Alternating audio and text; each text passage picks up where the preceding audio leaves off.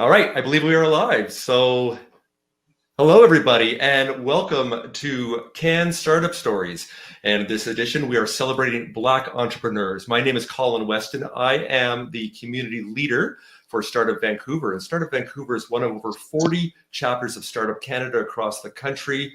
And Startup Canada is the voice for the over 3.5 million entrepreneurs that we have in this country of ours. We've had the good fortune over the last year of having in-venue, in-person live events where we have been celebrating underrepresented communities within entrepreneurship, ranging from Indigenous entrepreneurs, LGBTQ entrepreneurs, New Canadian entrepreneurs. And tonight, it is my honor and my pleasure to be part of this impactful event. Tonight, we're going to have 5 amazing, diverse speakers here that are going to share their truth, share their story and their entrepreneurial journey here. And I'm really looking forward to this. Just want to say that we have some great supporting sponsors here and partners here with my good friend Melloney Campbell, who will be our MC tonight, and my co-host. And she is the community leader for Startup Peel, which is just outside of Toronto in Brampton and Mississauga. And we also have I want to give a shout out to our presenting sponsor, which is Segav LLP, a law firm that we've worked with here in Vancouver and across Canada. And they do great, impactful work for entrepreneurs. And we'll have a chance to speak to one of their lawyers that's with us tonight here that's been a great supporter of what we do. Also, we wanted to thank SFU VentureLabs. We also want to thank Kwantlen University School of Business and Startup Canada, and also our friends at SFU VentureLabs, if I didn't mention them already, and also with MasterCard Canada, who has also provided us with some funds that is going to go to a program workshop that Melloney is going to be staging in the next couple of weeks. I'm going to have her talk about that in a minute or two. Before I do turn it over to Melloney, I do want to acknowledge, since I am in Vancouver and a lot of the people that are on this live stream tonight are in the Vancouver area, although we are national, and even with Clemmie and others, we are actually international. And Michael too, who's in Michael Haynes, who is coming from Sydney, Australia today. So I do want to acknowledge that I am living and I am presenting here from the unceded Coast Salish territories of the Musqueam, Squamish, and Tsleil-Waututh First Nations. So I do want to acknowledge that because it is very, very important here as part of the reconciliation in this country of ours. So with that, the next slide, I do want to make a quick introduction to my co-host, to Melloney Campbell. And Melloney is the community leader for Startup Peel, and she is also she's a board member of Startup Canada. So she does amazing, impactful work across the country, also in the innovation space within our ecosystem here. And I consider her a great friend, and it is my pleasure to have her join us tonight. So I am going to turn it over to my good friend Melloney, who's then going to introduce our first speaker of the night. Awesome. Thank you so much, Colin. It's a pleasure to be here with everyone and super excited actually tonight. We have, as Colin mentioned, some diverse speakers and incredible powerhouses of entrepreneurs. So super happy to be here, as mentioned before. And I'm going to turn it over to Njeri Watkins. Njeri is an incredible leader. She is an educator, business intelligence and data excellence advisor with a distinguished career spanning the higher education, digital technology, and startup sectors. So Njeri, I'm going to turn it over to you and welcome you to share your story with us tonight. Thank you so much, Melloney. It's so rare I get to actually share my story. I'm usually asked to share my knowledge. So this is a real honor tonight. Thank you. You won't have a chance if you don't take a chance.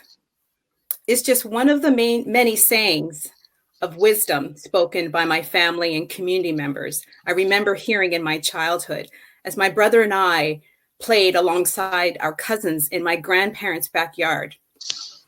It was situated on generational family land, nestled in the historic Black community of Lake Loon Cherry Brook, of the Preston Township settlements in Nova Scotia, which is made up of early Black settlers, the Black Loyalists of 1782 and 1784, Jamaican Maroons, of 1796, and Black refugees, 1812 to 1815.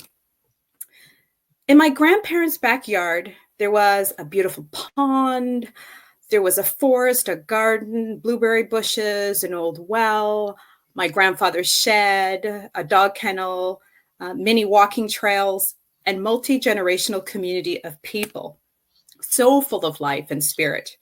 And in the words of the historic Black Nova Scotian a cappella group, For the Moment, we lived, we loved, we plowed, and we raised our children Black and proud. This was during a time when children only needed the supervision of a watchful eye from the window and were free to roam. The joy of this freedom was surreal and everyday life for my brother and I in our outdoor country adventures. We felt free, and no 2 days were ever the same. This would be a theme that would be rebirthed later in adulthood once I embarked on my entrepreneurial path. Defining who you are and how you show up in the world has been one of my taglines for more than a decade. It always ignites a resonance of possibility and just stirs me at my core and commands me to stand tall and embrace the human experience of who I am. To know thyself is to one thing, but to courageously live in this authentic expression has been the gift of liberation that entrepreneurship has bestowed upon me. I would describe my entrepreneurial journey as my life's masterclass on resilience.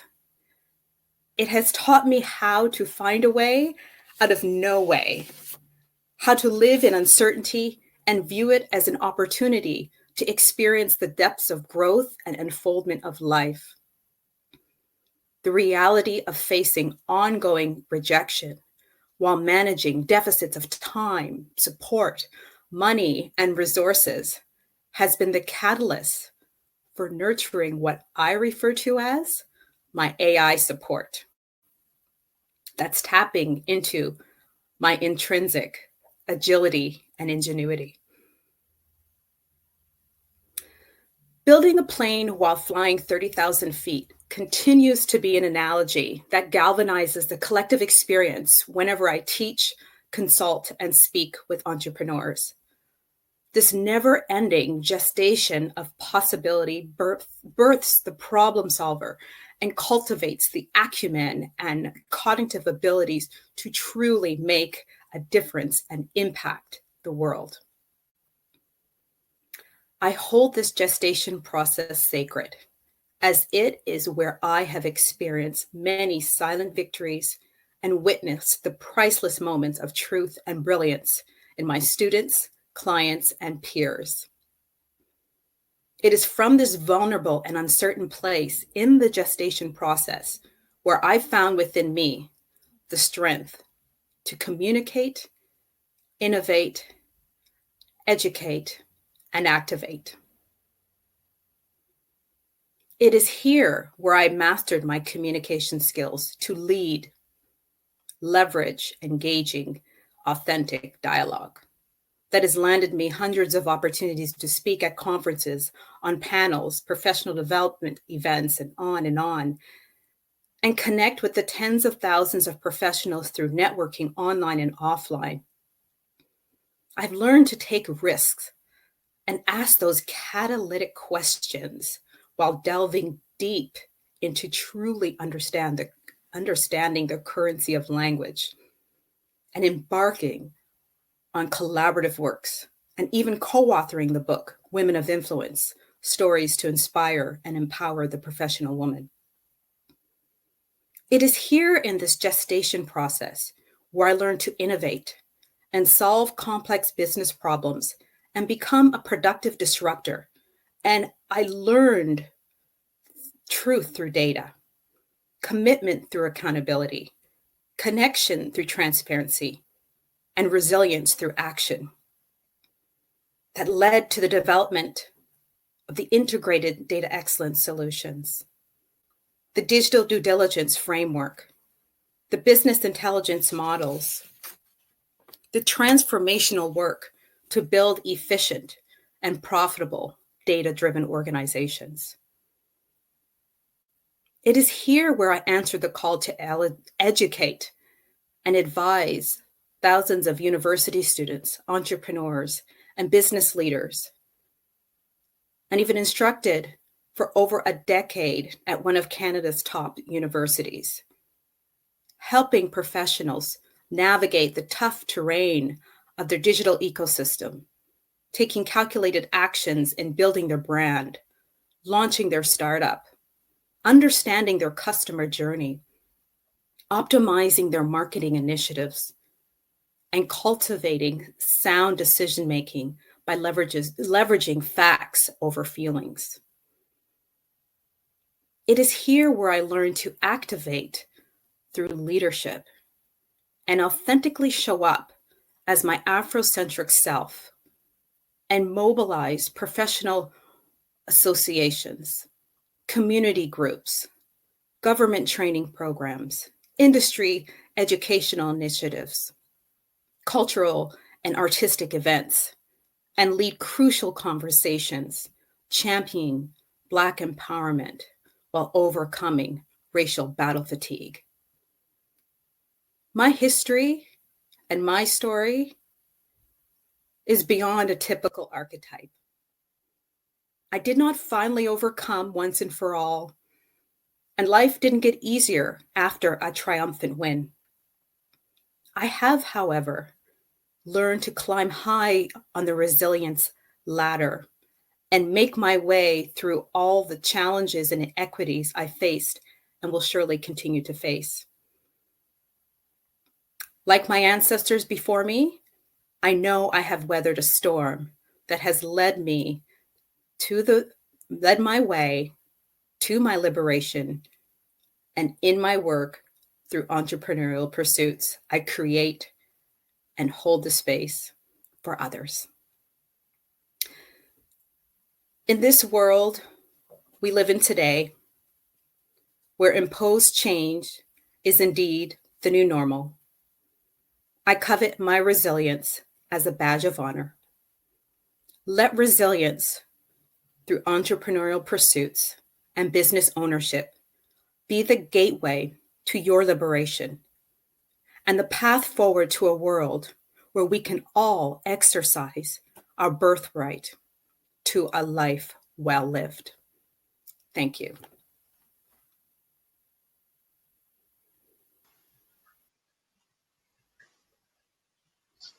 Njeri, that was awesome. Thank you so much for sharing your story with us. I just wanted to see if there's any questions that we can take on from the audience. If not, I do have a couple questions for you myself, but I'll check with the audience first. Sure. Hey, it's Colin. I just turned my mic back on here. I want to know our producer, Pauline, if you've been checking with the Q&A and the chat. Does anybody have any questions out there that you can read? We failed to mention that at the beginning. We do want to make this interactive here. So if you do have any questions for any of our amazing speakers here, please put them in the chat, and we will answer or ask as many of those as we possibly can. So Pauline, quickly, are there any questions that anybody has yet in the Q&A? No questions currently, Colin. Okay, I guess it would have helped if it would have encouraged people to ask in the first place, but I know that Melloney has some questions, so I will leave it to her to go right ahead. Go for it. Okay, awesome. Thank you so much. And Njeri, when you talk about data-driven, that is a passion of mine, so that's part of my background, so it really resonated with me. And I wanted to really tap into your outlook on the gestation period. I know you mentioned that a few times, that when you talk about being an entrepreneur and being born, like from that gestation period, can you share a bit of that with us? Sure. So I think the reality is that we never leave the gestation period. And I live in the gestation period. And I think that is the fundamental difference between, entrepreneurship and those who aren't, is that is a way of life for us. And to really embrace being uncomfortable and uncertainty is the key to moving forward. That said, these days we have a lot of tools. When you speak to data, we have a lot of tools around data that can help us during the gestation period in terms of having the data to make better decisions and put some of our mind at ease. I always like to say to startups, I mean, you're in a great time to start a business, because chances are any business you're going into, if there's data available to tell you to increase your probability of success, right? So it's no longer just coming up with an idea and kind of throwing something against the wall and sticking. There's so many resources now that we can do, and when we're moving forward. So data is our friend, you know, and it's not just at a leadership level. My whole philosophy is data is across the organization at all levels. And when we all can embrace data, it does minimize a lot and quell a lot of our anxieties around how we're going to move forward and support us in making strong decisions. Oh, amazing. Thank you. So do you have any, let me just see. I think I saw something pop up there. So I just wanted to ask Pauline if there was a question that came through while Njeri was just talking a minute ago. Yeah, I have a question ready. Okay. So from Tasha Chin, how do you ensure that the data is diverse? What types of outreach strategies do you lean on to ensure that we are asking the right questions and solving the problems, the right problems to solve? Well, oftentimes that can be solved by actually making sure everybody who's a part of the organization has a say. And a lot of time, the simple answers or don't necessarily happen at the top. It can be the individual who's engaging day to day with the customer. And so looking at the questions, it's not about who is asking the question. It's looking at the frame of where the customer, the question is coming from. So that could be somebody from sales, from marketing, from finance, and from communications, as well as the C-suite and senior leadership. So keeping in mind that everybody is contributing to this process. And this is what's going to make your company profitable and data-driven moving forward. Wonderful. Thank you. Pauline, is there any more questions? No more questions. Okay, fantastic. And then, so I do have another question. So I wanted to ask you about that. In terms when we talk about entrepreneurs and we talk about resilience, because that is such an important trait to have. I always say fail fast, and that way you can learn very quickly. But sometimes it's not that easy. You know, you get the encouragement, or you'll have, I guess you can say false encouragement. Someone will say, "Oh, that's such a great idea. So support you. And you are drowning. You are like suffocating, but you don't know where to pivot or where to start. So by using data, when we talk about data models or clones and different type of modeling, how can you address something like that? Is there a way that you can see besides stepping out of yourself in order to see what's really taking place? Well, one of the kind of best tools for problem solving is to understand that you don't have to solve a problem in isolation. I always say that.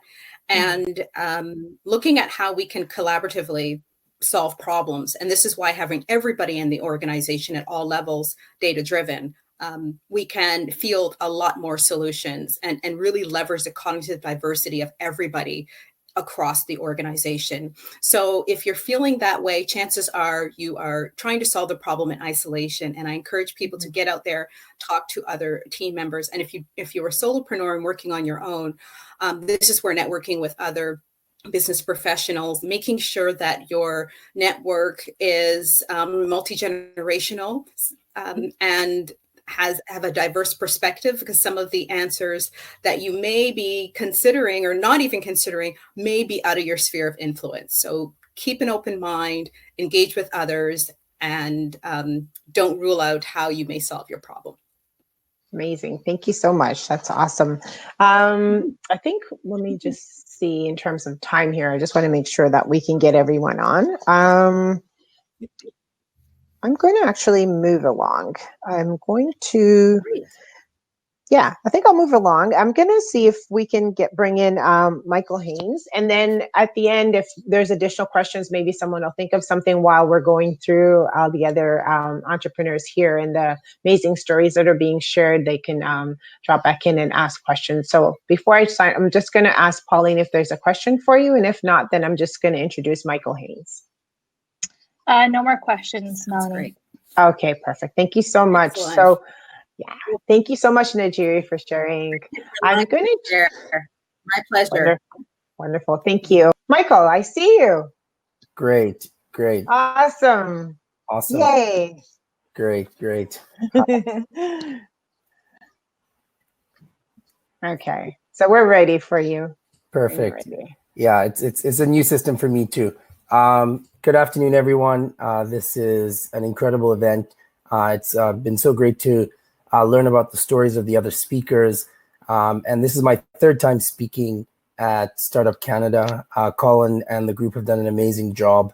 I think one of the great stories that I can tell as an entrepreneur here is when I first came to UBC, 2008, there was only one tiny office for entrepreneurship, and this was called the University Liaison Office.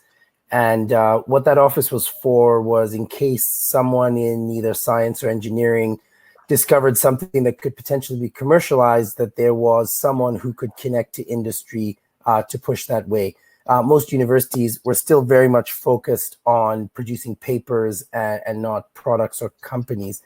If you fast forward through the decade that I've been in Canada, UBC now has 3 to 5 accelerators. They have an entire alumni building with an entire floor dedicated to entrepreneurship. You have hundreds of groups going through incubation, acceleration, mentorship, and then you zoom out to the Vancouver ecosystem. Vancouver is now firmly on the map for tech. So it's been an incredible journey, and Startup Canada is one of those, flowers blooming in this really budding startup ecosystem.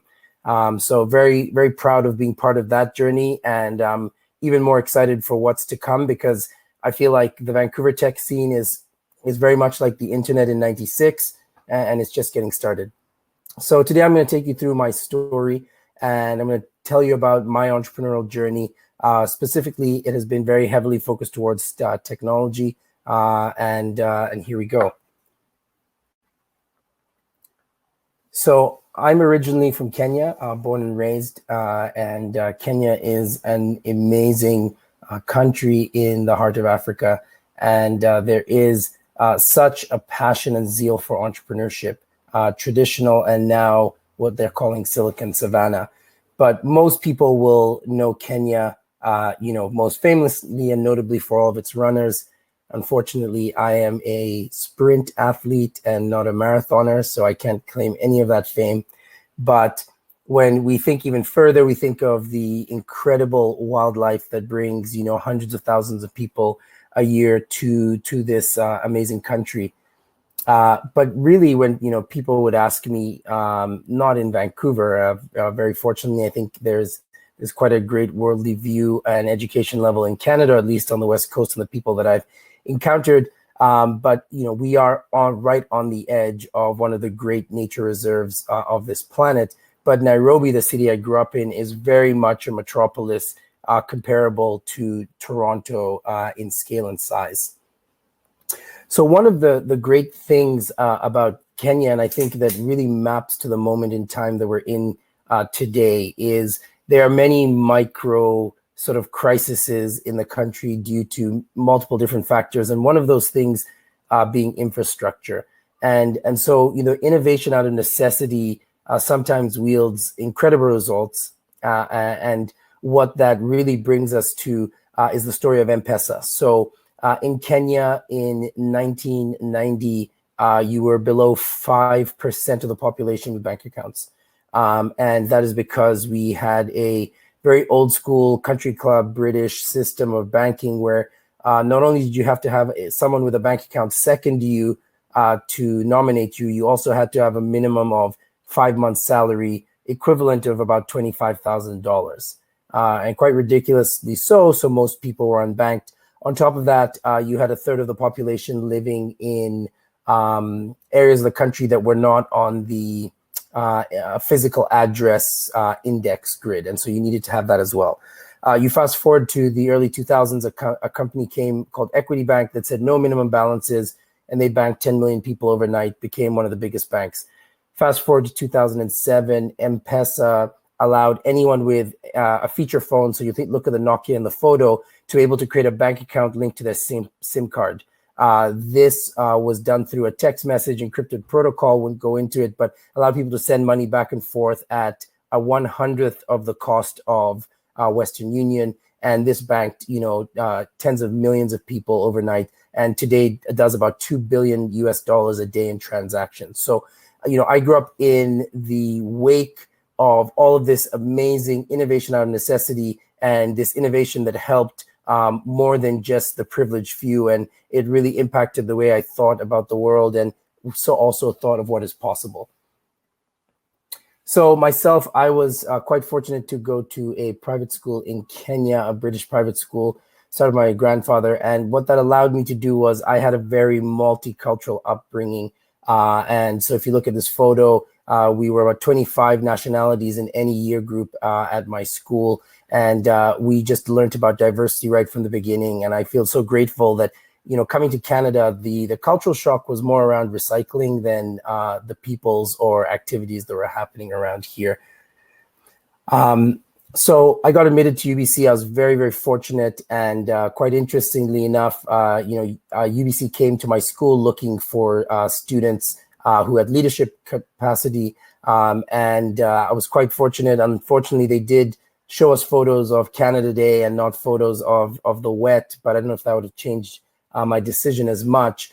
I got a full scholarship there to study business at the Soder School of Business, and it was great. And the only thing was we were learning about things that were not in time with the time. Twitter, Facebook had just come out and were ripping through the world. Google ads, websites, all of these things that were really just dismantling the old way of doing marketing. And there wasn't enough of that being taught in the early undergraduate classes. So I really just went out on my own. I knew this was going to be a very important segment of the future economy. And so I started just self-teaching myself everything that I could. I did really see a chance to immerse myself in the Canadian culture, and I was very fortunate to have a great community of friends. And one of the things that I really saw was just the access that was here, the privilege that was here to do more things than I could have ever imagined. And really, I thought to myself always of how I could contribute to that story. So when I was in my end of my first year of university, I had bought the iPad, and it came out. And I think that's what really shifted everything for me, because the iPhone had come out. But when the iPad came out, this was really a marking point, because it was also released with the App Store. And what the App Store showed me was a new way to do commerce, to do data collection, to do banking, to do anything you could really imagine. And so I just immersed myself. And the first startup that myself and my friend started was a startup called What's Good, and it was a loyalty stamp card app. And I was always thinking about ways to improve people's experiences and lives. And, my first entrepreneurial journey started when I was 6 years old. I lived in a gated community. Most of the children who lived in that community were not allowed to leave without their parents. So my parents were obviously okay with me going to the shop. So I borrowed $5 equivalent from my mom, created a table, set it up, and started selling candy to my neighbors. And one of the most interesting things that I learned was my neighbor was a piano teacher, and he gave me $5 for one lollipop. And so I really instantly understood that everyone values things differently, and price discrimination. So that was very early on. But at this point, the problem we were solving with What's Good was a loyalty stamp card app that would allow people to get free stamps whenever they bought booster juices. We also expanded this to another company in Vancouver. We actually had to shut down the company because Booster Juice really wanted to expand to 50 to 200 stores in a month, and we were skipping classes to keep this operation going. 3 months later, after we had quit, a company had sold to Google with the same technology for about $10 million. So even though we had failed, we knew that we understood how to digitize business processes and capture value. So this is the first user interface I ever sketched on the iPad that I bought in 2010. This was before I knew anything about user experience, user interface design. I just knew that here was a device with a capacity to do amazing things. and how could we harness that to solve the problems I see around the campus and the problems that are right in front of me. So we fast forward after that, I did a lot of consulting, and I was always thinking, how do I use this technology for the betterment of people? And one of the startups that I started was an app to teach people how to grow their own food. My wife and I had grown a garden, and it allowed us to meet our whole neighborhood, as well as to eat out of our garden every summer. And it was such a delight on so many levels that I thought how we could help other people who had the fear of doing this. And this really allowed me to build a company and to have about 20,000 users using this app, do something that was part of social impact. And it's something that has stayed me to today. And at every company that I'm a part of, we really think about what is the impact to people, because I think that's what the power of technology that can be, is to be a great equalizer and to use the positions that we have to better the world and other people. So, one of the things with entrepreneurship is that you really have to go that extra mile. So one of our garden deliveries, we had the app, but we also delivered garden boxes to people, and the app supported with reminders, tutorials, planning. But I actually had a 2-door Honda Coupe, and I couldn't get access to the truck that we used for delivery. So I just strapped a garden box to the roof of my 2-door Civic and delivered it. And I think, those are one of those things where you just have to dig deep and go that extra mile. And it's so rewarding, even though it can be challenging at times. I was very fortunate as well to win a golden ticket to go pitch on Dragon's Den. I did get a double deal, but the episode never aired. But I actually missed the Vancouver auditions. So I actually picked up that garden box in the picture, and I took the bus to the ferry, and then took the bus to Victoria, and I ran into the audition with a box on my shoulder, and I pitched it. And I think when you have that hunger and determination to really achieve and set your goals, it really is only yourself standing in the way. And if anything, it also makes for a good story. When I was in university, one of the biggest pain points we found around concert ticketing was paper. And the last conversation that was here was really about data-driven and where the world is today. But back then, I was a nightclub promoter, and I had to use paper stub tickets to get my friends to come out. And then at the end of the night, I had to wait till 2, 3 a.m. to be able to count those stubs and get my payment. So, this was an early kickoff where we digitized using an iPad to have a guest list for events. This then spawned us to throw a 4,000 person event. The UBC Student Association put it on, and they used our ticketing software, and we had real-time tracking of everyone who came in. We extended this to allow interact online payments through a mobile app. We're actually the first company in the world to have a mobile app you could buy concert tickets to before Ticketmaster or Eventbrite. Again, we learned a very valuable lesson being 21, that Ticketmaster doesn't compete on technology. They compete on upfront lump sum payments and contracts. And we were obviously locked out of ever getting a stadium contract or access.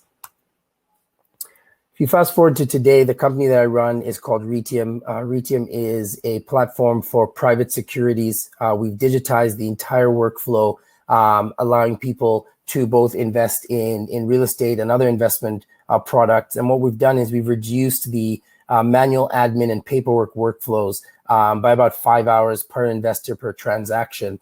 And the real vision for this is to democratize real estate in the long run, where lots of people can come together and crowdfund and invest. And over this time, we have married the social impact vision of access, but we also really dug into what the real pain points that are stopping the incumbent businesses from achieving this business. And it's been an incredible journey that has allowed me to travel to 9 countries over the last 2 years and really learn about what capital markets and innovation looks like around the world.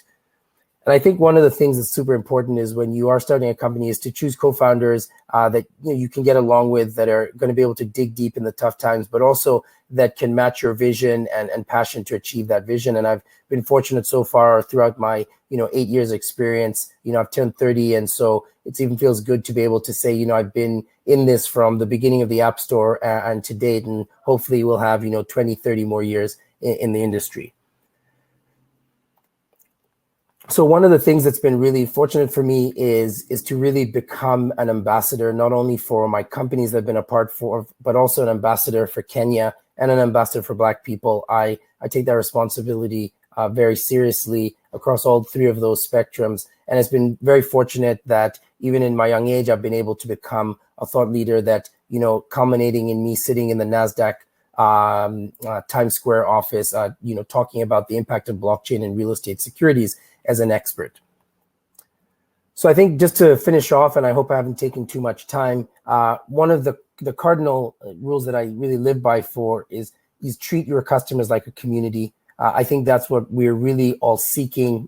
From where I come from, community is number one. It's intrinsic, and it really thrives even in the most toughest situations. And so here in the West, I think, we have a poverty of community, but we can bring that back. And if it's companies that encircle and bring back community, then that's a great way to be. But in the very least, when you do that, you have these evangelists who will help you go beyond just the transactional value of your relationship. Be a lifelong learner. I have been committed to this. I dropped out of UBC in my last year, but I've quickly transitioned to learning as much as I can, doing workshops, seminars. I recently graduated from BrainStation in both user interface design and product management, and will be looking to continue to do a developer bootcamp in the future. I think this is one of the things when I was younger, I very much struggled with listening. And really now when I focus my part as being a product designer, it's critical. That is really where the gold is when you listen, you have empathy for the pain points that people suffer, and then you can really design great products that really meet those and go beyond. And one of the things is being an entrepreneur, you really need to find a partner who will understand that it is a roller coaster. It is a long-term gain. There is a lot of sacrifice needs to happen. I've been very fortunate to have that. And I had been away from Kenya for 8 years. And last January, I was able to go back for the first time and get married to my university sweetheart. So that was really great. And the last thing I'd say is get involved. This is the greatest time ever to be an entrepreneur, whether it be data, whether it be access to mentors, to funding, to other people who could be your partners, founders, or customers. And I just can't wait to see what you all build and grow. So thank you very much.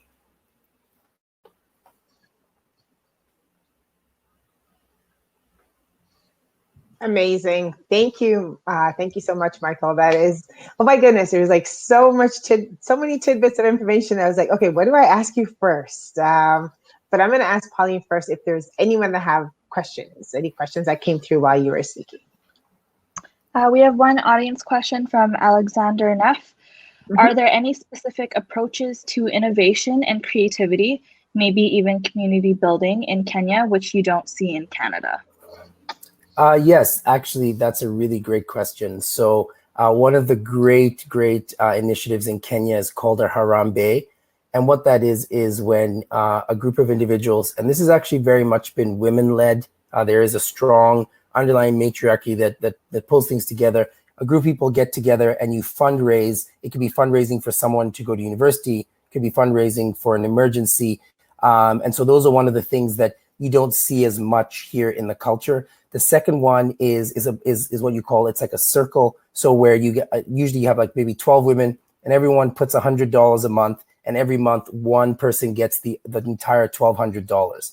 And so what that does is it's a supercharged way of saving. And the reason why it works so well back home is that people are much less transient. Canada is this incredibly massive country, but the people are moving around all the time. So you can have community, but it's not the community of people being in the same place for like 1,000 years, or like knowing that there's nowhere else that they're going to go. And so those are two great innovations that I have seen, and they're very, very ancient. And it's one of those things that I'm constantly thinking of how we can use the sharing economy to create abundance in finance. But again, I think we're just very fortunate back home to have just much larger family groups. Obviously, this creates problematic areas in one area, but in the end, community and many hands making light work, and the ability for many people to see each other as equals or as the same or as trustworthy in that way, I think that's something that's very powerful. I think places like Ireland and other places in the world where you have these big family groups surrounded by sort of a more centered on a certain culture, it happens. But yeah, those are the examples that I could say. Amazing. Thank you. Pauline, any more questions?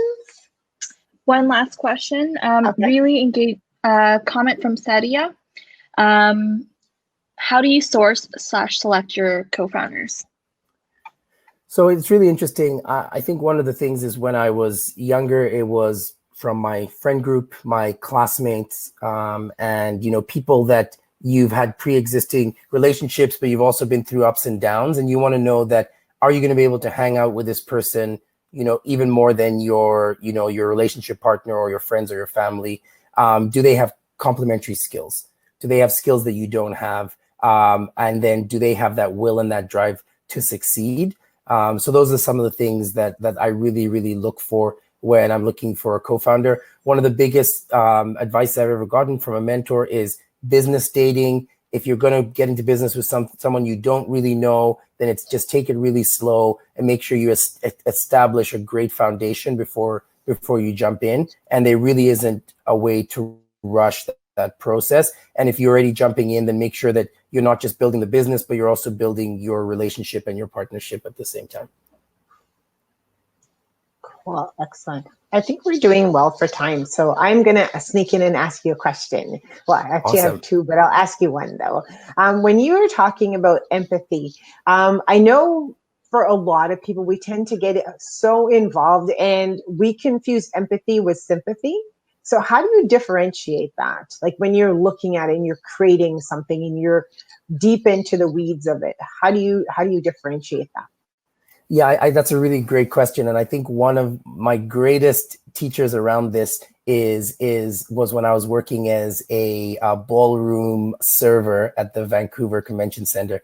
And what the trainer said, he was incredible. He said, when you're a server and you have these guests and they're in a foreign place, they don't know anything, they're sitting at this table, it's a ball gala, they can't really just leave. You have to think of them as toddlers sitting in tall seats, just asking for questions.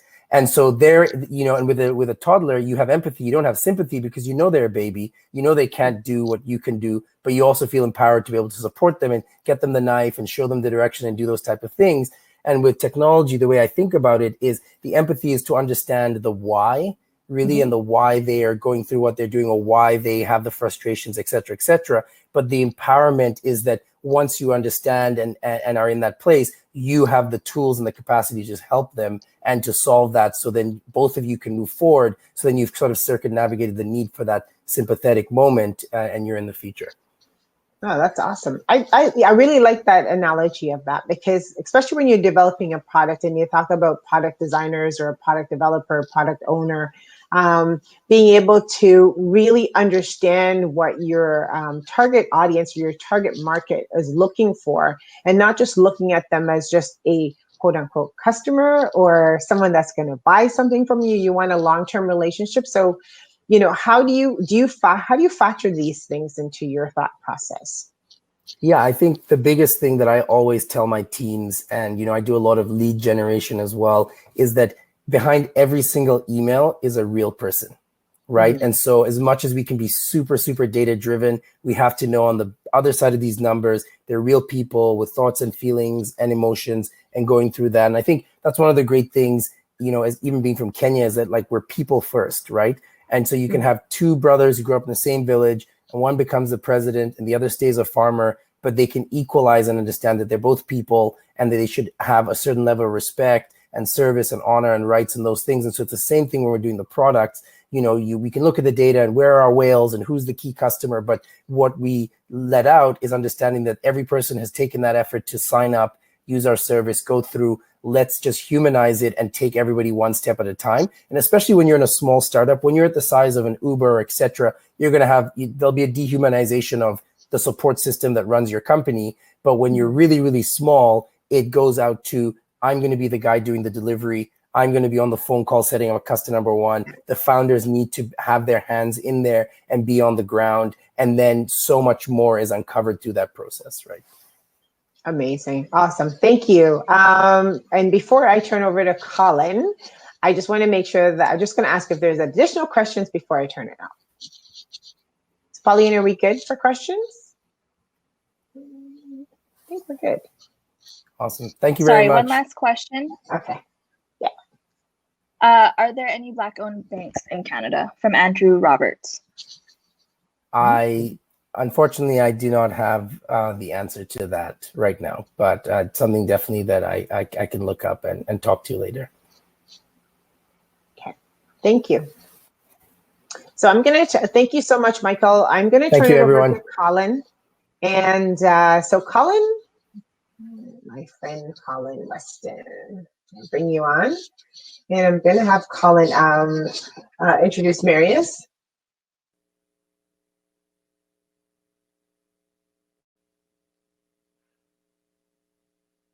All right, not quite sure. Maybe Marius is having the exact same problems that I was having earlier here. So I'll tell you what we'll do as entrepreneurs here. We'll just keep rolling along. Our audience, you guys have been great to just roll along with the punches here. Rather than me say a few things about what they're doing, I will let Marius do that at the end of the show. So we'll make sure that we get back on. Marius, you may want to do as I did, if you can still hear me, is to jump off and then rejoin. Is probably the best way to go. So yeah, we'll double back there and have Marius say a few words near the end in regards to the good things that Segov LLP are doing. But I will now have a chance to introduce our third speaker today. And I've had the pleasure of knowing, I think, pretty much everybody except Emily, who I've just met here a week or so ago. So I've known all these amazing people for a number of years. And our next speaker is no exception to that, and that is Clemmie Perry. Oh, we got Emily up there. Sorry, I said that. If we can get Clemmie up there. So like I said, this isn't an event just about Vancouver entrepreneurship, especially in the Black community. This is not only national, this is now international. As I mentioned, Michael Haynes, of course, is from Australia, where he'll be speaking a little bit later. And also my good friend Clemmie Perry, who is in Tampa, Florida. I had the pleasure of connecting with Clemmie through one of the other hats that I wear, and that is through my entrepreneurial work in sport innovation, especially in the golf realm. And I was introduced to Clemmie about 3 years ago and had her on my podcast at that time. We've met a couple of occasions in real life back when, remember when we could actually do that, meet people in real life? Weird. Yeah, we used to be able to do that at the PGA merchandise show in Orlando, Florida. And I consider Clemmie a very good friend of mine. And we were talking, I'll be honest, the conversation Clemmie and I had about a month ago was the catalyst to start putting this event together here tonight. And Clemmie has worked as a business professional, mostly in the HR and training realm with Lockheed Martin and now with Sodexo. But I know her best for the great work she does as the founder and the executive director for Women of Color Golf, which I will let her tell the story of what they do rather than me ramble on and explain it for her. So I know we've got some slides that Pauline's going to get up here in a second. So Clemmie, welcome, and I look forward to hearing your story. Oh, well, thank you. And it's been great listening to all these other fabulous stories. Thank you for the opportunity. So I run an organization called Women of Color Golf. And the mission of Women of Color Golf is to increase diversity and inclusion in the sport of golf for women and girls. And we do that by several things: golf introduction, on-course play, networking, healthy lifestyle habits. We talk about career-related opportunities, and we are excited to talk about as well. We bring in girls golf with a girls youth mentoring program at 2 local elementary schools in Tampa, Florida, which is where I reside, in underserved communities. So my journey in golf actually began with, I was a corporate executive and at several Fortune 500 companies, NextEra Energy, which is in Miami, Florida, Lockheed Martin Aerospace and Defense, and now Sodexo, which is a global company in 80 different countries. But I actually got into golf at the time when I was working with Lockheed, and I ended up losing my job. But in losing my job, I always like to say I found my life's calling, because the golf clubs and a golf ball, I actually found them sitting on a trash pile. And when I lost my job, I just said, well, now I have time. And so a few months later, realized that I loved it and had a knack and a passion for it. But what I immediately saw is that there were not very many women and girls that looked like me. So I knew it was up to me to make that change. And making that change, I will tell you that a little golf ball, 1-inch diameter, has really changed the trajectory of my life. In less than 5 years, we have trained over 500 minority women and girls in the basic fundamentals of golf.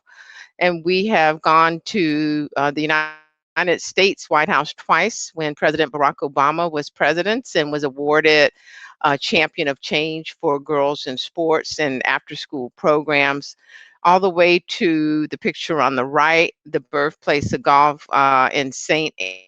Andrews, Scotland. And we were there to witness an African-American woman have a building dedicated in her honor, Dr. Renee Powell, in the birthplace of golf, to sponsorships with the national hockey team. And yes, we do have hockey here in Florida, and that is the Tampa Bay Lightning. And then on the right, various media publications. So I always like to speak to facts when it comes to golf, and I share with our audience today, the number one fact is, if you are not currently playing golf, you're automatically limiting your income and business potential. So I'll say that one again because that's critically important. If you are not currently playing golf, you're automatically limiting your income and business potential and wealth. So let's look at some statistics on that why. Golf is an $85 billion business, and there's approximately 30 million people that play it in the US. Worldwide, it's about 60 million. 90% of Fortune 500 CEOs play the game. And typically, executives who play golf make an average of 17% more than those who do not play. And what it will allow is for that face-to-face time with a company CEO or business owner or some of your valued customers and prospects. And so being able to play the game of golf is going to open new doors for you for prospects and business clients. And if you are a businesswoman, playing golf becomes an even greater advantage. It's a big business industry. Like I said, $80 billion industry. It supports about 1.9 million jobs. But when I looked at the demographics, there's about 24 million golfers worldwide. 19% of golfers are women, but only 4% were minorities, and then less than 1% was a woman of color. And so looking at those data points from a board that I sit on here in the US, the World Golf Foundation, you could clearly see from the research and the data that they had done that there was a serious gap in participation of a woman of color. I can share with you that right now, the fastest growing segment of the golf world is in women. And so African-American females in golf, it has been about 60 years, so 6 decades, that the Ladies Professional Golf Association has been around, and there has only been 8 Black women who have actually played the tour. And Althea Gibson, the great tennis player here in the US, was the first. And then number 2 is our friend and advisory board member, Dr. Renee Powell. And she is the reason that we were in Scotland. She is in the PGA Hall of Fame, her and her father.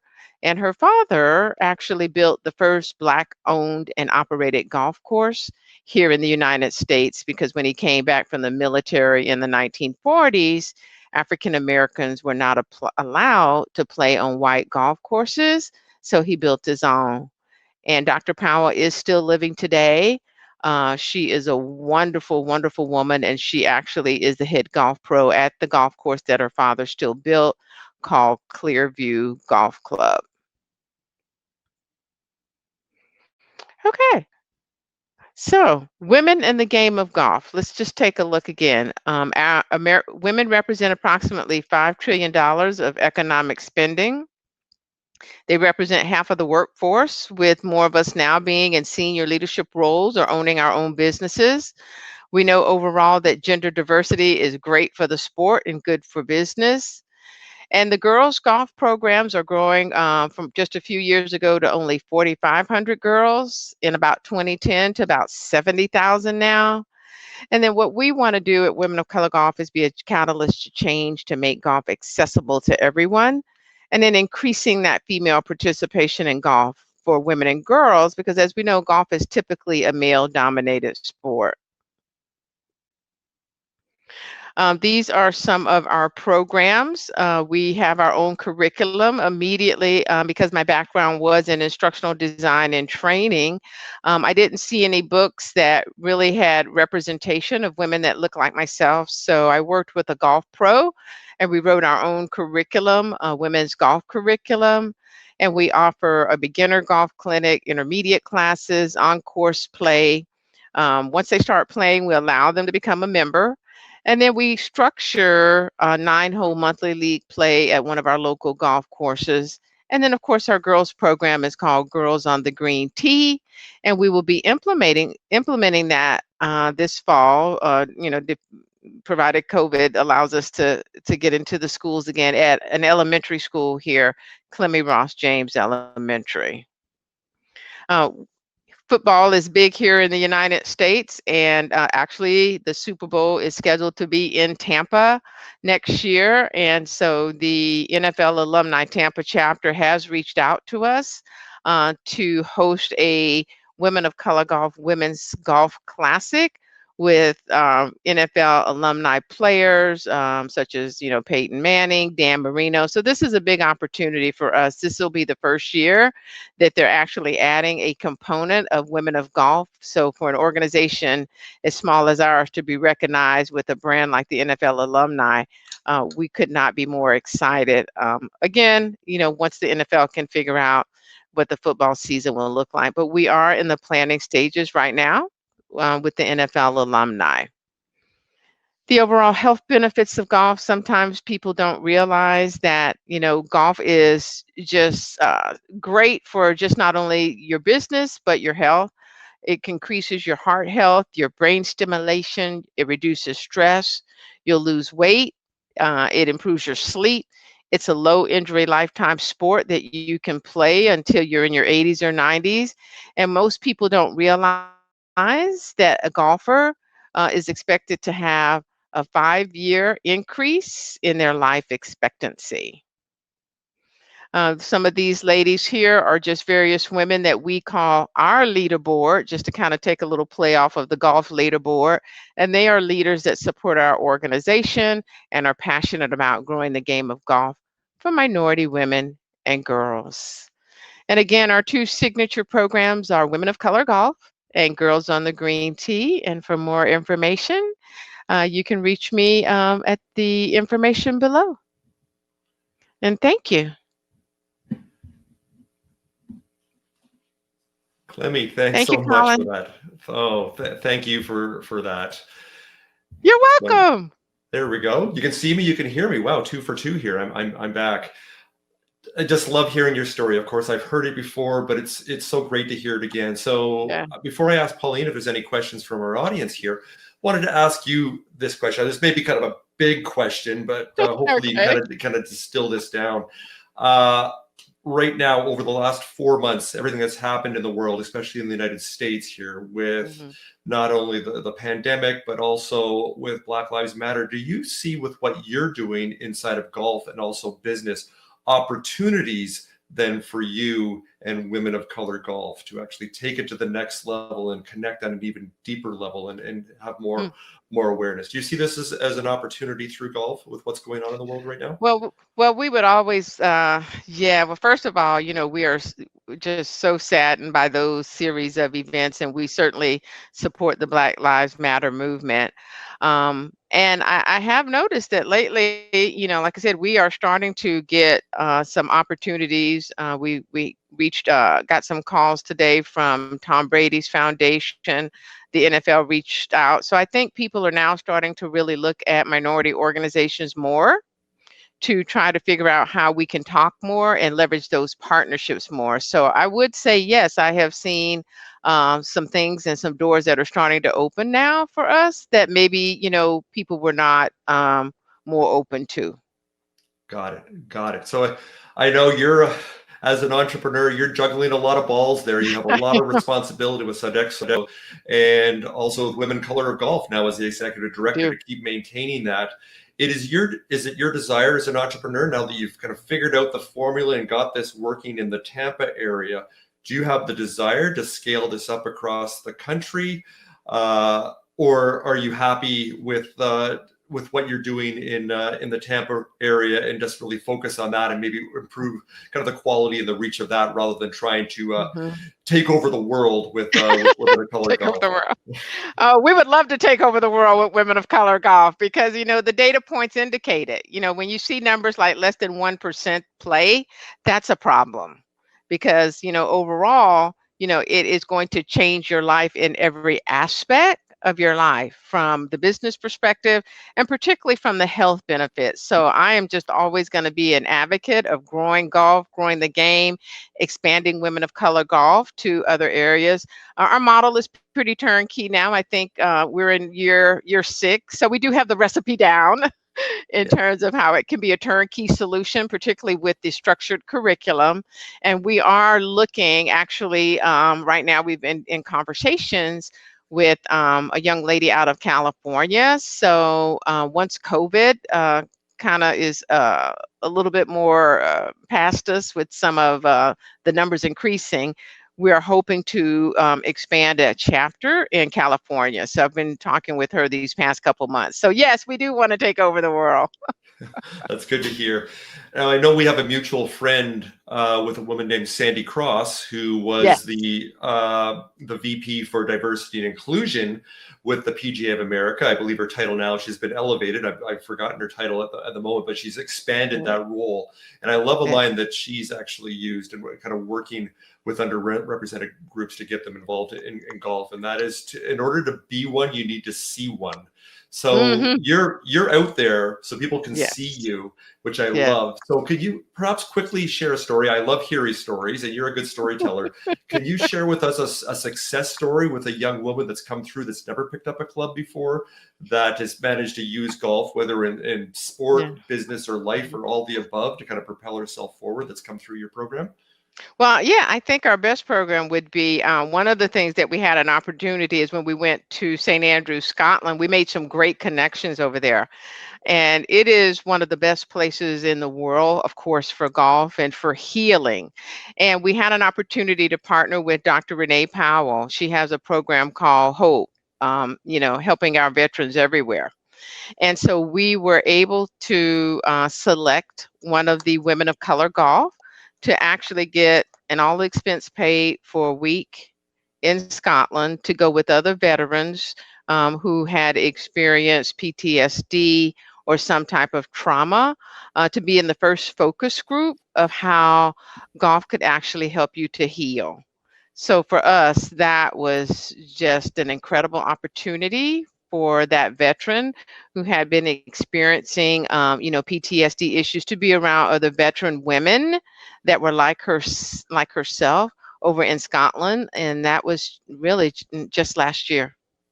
Wow. Well, thanks for sharing that. And I do know that Dr. Renee Powell is an extremely busy woman, but I'm gonna ask you again. Can you get her to come on my podcast sometime? I need to. I'll try. Need to get her on there if that can work into her schedule. So, want to turn over to Pauline. Or do we have any questions from the audience, Pauline? Yeah, we have one question from the audience from Dr. Sandra E. Braham. Who in your life inspired your innovation? Oh, well, that's really easy for me. That inspiration would come really from my mother and my grandmother. They have always been trailblazers in the civil rights movement, and I know, we're talking a lot about that. They were fighting for social justice really all of their lives, and so they would be definitely my inspiration, my mother and my grandmother, just because of all the sacrifices that they took for me to have a job in some of the corporations and have the experiences that I have. Wonderful. Thank you, Dr. Braham. It's a wonderful answer. So, Clemmie, thank you so much for joining us today. I really appreciate you sharing your story for the second You time are that I've heard it, welcome. and it keeps getting better every time. So we really do Thank you for appreciate that. having me. And hopefully you're welcome. And hopefully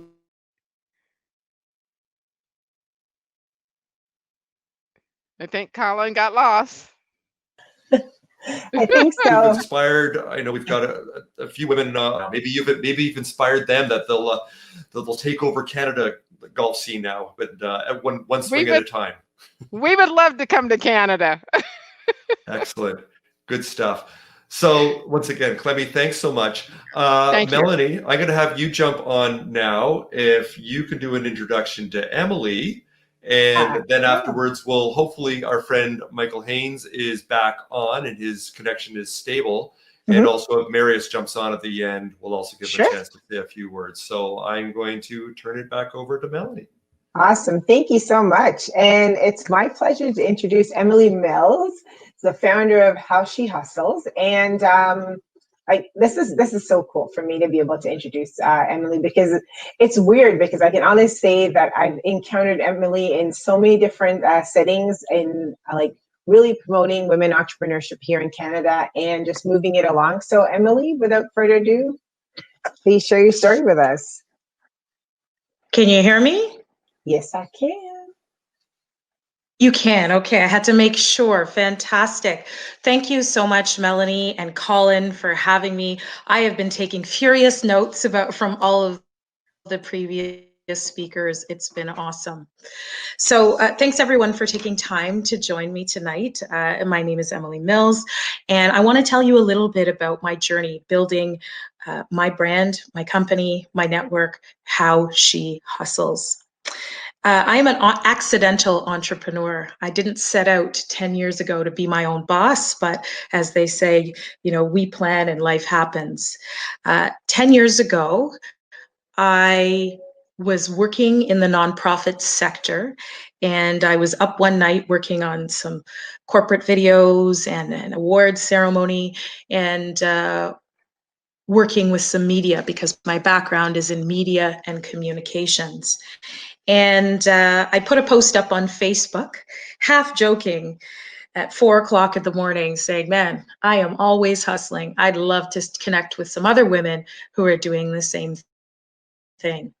And of course, the people who have passions that don't let them sleep were also up. And I started to get messages from people saying, yeah, I'd love to talk. Let's chat about what you're working on, what I'm working on. And so I said, well, why don't we meet over brunch?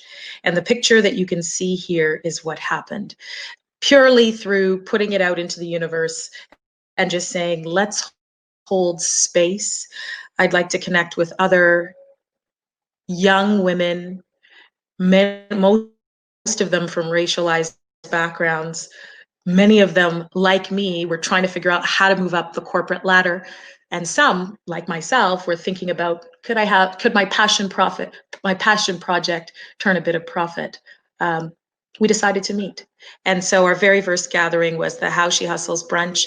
50 women took over some space at a restaurant in Toronto. And once people saw the pictures on social media, they wondered, when is the next event? So over the course of the last 10 years, we've been doing quarterly events. We have done now almost 25 sold out events, from brunches to pop-up shops to entrepreneur panels. We've got about 18,000 people following us, predominantly women and women of color, based in Toronto, across Canada, in different cities across the United States and Africa and Europe and the Caribbean, who are just connected to us digitally primarily through Twitter and Facebook, and we're growing our newsletter presence. And we've produced 2 notable digital series.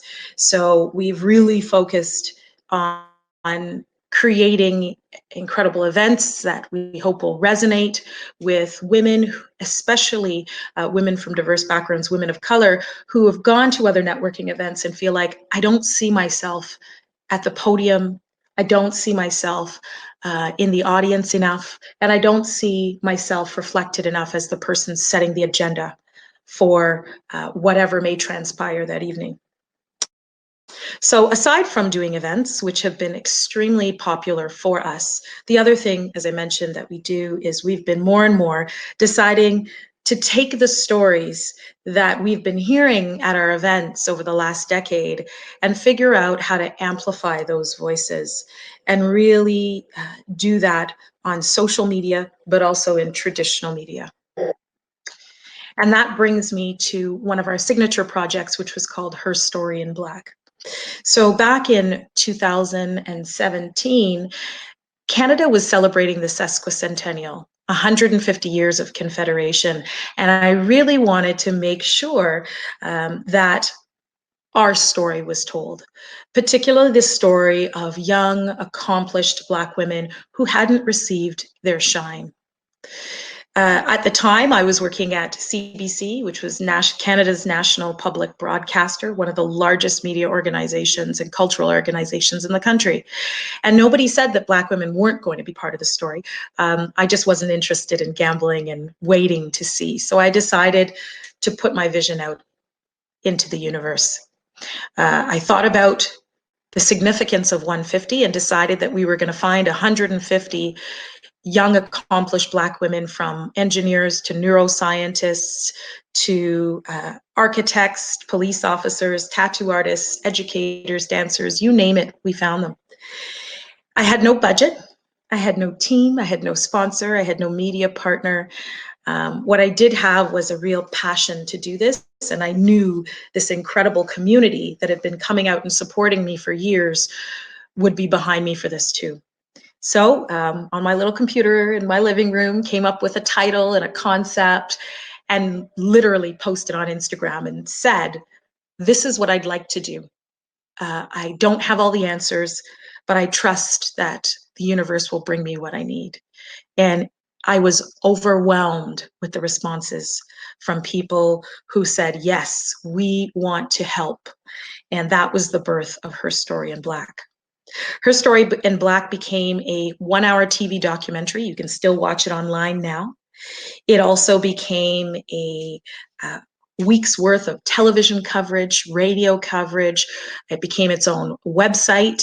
We hosted a 400-person event at the headquarters of the CBC. It went on to win awards, including a national award from the president of the company for audience relevance, which was a really big deal for us. And what was even more interesting is that Her Story in Black went on to inspire 2 other series that were national multimedia projects. One was with women from across the country, and one was with young women who are still in high school, standing up to be proud of their accomplishments of young Black women.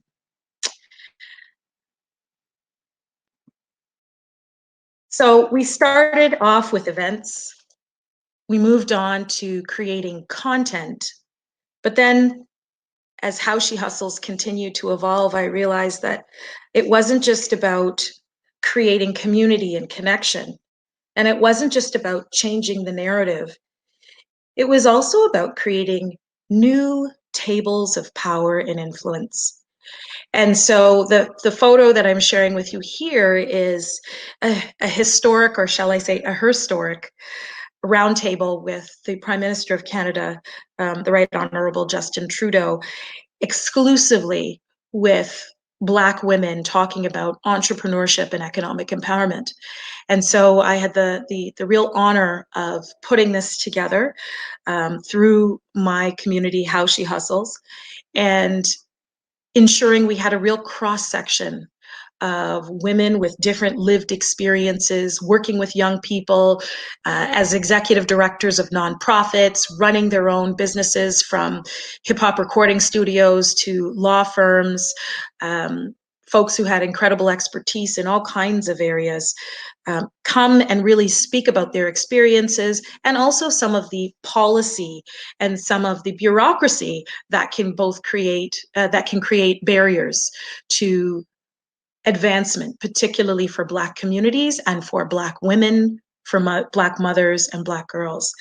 And what really I think was incredibly powerful about this particular meeting was, to my knowledge, we have not had I'm still digging for anybody who says otherwise, but there has not been a conversation with the Prime Minister of our country and exclusively with Black women in the history of Canada, to my knowledge. So if anybody knows otherwise, please let me know, but it really was something significant. And this preceded Black Lives Matter and preceded COVID-19 in many ways. And so I feel like it was, the universe was already saying, it's our time. I will also point out that this meeting happened in a place that had significance to our community, at least to me.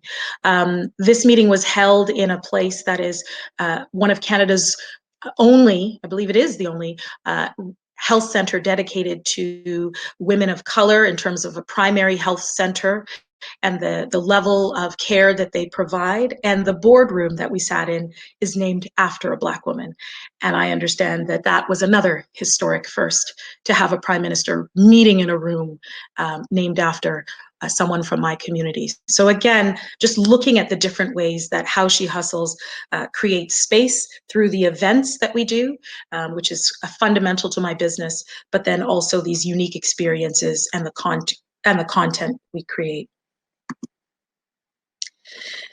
So I want to kind of end speaking about what we're working on now. Her story in Black, the meeting with the Prime Minister, all the events we held, they were certainly incredible opportunities, but I'll tell you, there is nothing quite like being a full-time entrepreneur and doing all of this work completely under your own banner. So in 2018, I left my full-time job at CBC and decided that I was going to dive headfirst to lead this community called How She Hustles. I started off going to startup events, small business events, and didn't, similar to what Clemmie was talking about, just didn't see myself. And so necessity is the mother of invention. Decided that I wanted to create events where people could not only learn about building a business, but also could feel a part of a community that reflected them. And the result was Startup and Slay. So this event happened in 2018, thanks to CIBC, our very first corporate sponsor, one of the largest financial institutions in the country.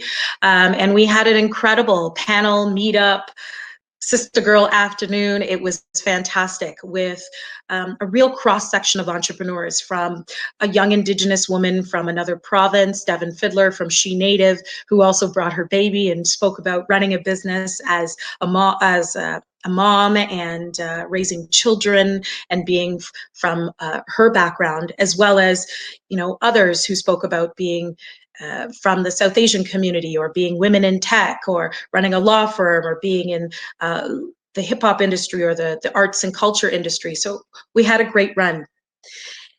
But we realized after hosting 2 sold out events that that wasn't enough. We needed to make space for people who couldn't get tickets, people who were literally getting up at 12 midnight to get their tickets, women who were carpooling 4 and 5 hours to drive. We just didn't have enough room and we couldn't keep up. So we decided to go digital. And we've continued now with How She Hustles to focus on digital storytelling. I think it's the future of where we're going, especially given what's happened with COVID-19. We want to continue to use the following that we've got on social media to amplify voices of women of color in Canada. And so last year was what a wonderful setup for this uncertain time we're in. We decided that Startup and Slay was going to go digital. We put out a call for stories right across Canada using our social media platforms, and thanks to support from our friends. And we received over 100 stories to consider from coast to coast, from Halifax, Nova Scotia to Chilliwack, BC. We, with our incredible selection committee and sponsors, selected 6 incredible stories. This is one of them. Her name is Catherine Adai. I will say she is from Brampton. And with an all-women's team, which has been a fundamental aspect of How She Hustles, we work exclusively with women of color as our vendors and our content creators. We created videos and had feature articles. We had a digital campaign, a publicity campaign, and we flew all the women together to meet in Toronto and to speak with some executives about their needs, and also to really increase their visibility in the startup ecosystem. So Unfortunately, the graphic, I think, is a little bit cut off there, but hopefully you can still see. So I'll end here. Startup and Slay is returned. This has been an unprecedented year for us all, but we are determined to continue telling the stories of diverse women entrepreneurs, and we're looking and welcoming non-binary entrepreneurs to come forward and share their stories as well. This is so important because we know that storytelling has the power to change the way we see ourselves and change the way that others see us. And so we are inviting entrepreneurs from right across the country. If you self-identify as a diverse woman from communities such as the Indigenous community, if you're an immigrant or refugee, if you are a woman of color, a person with disability, if you identify as part of the 2S LGBTQ plus community, we want to hear from you. Applications are due next Friday, July 31st.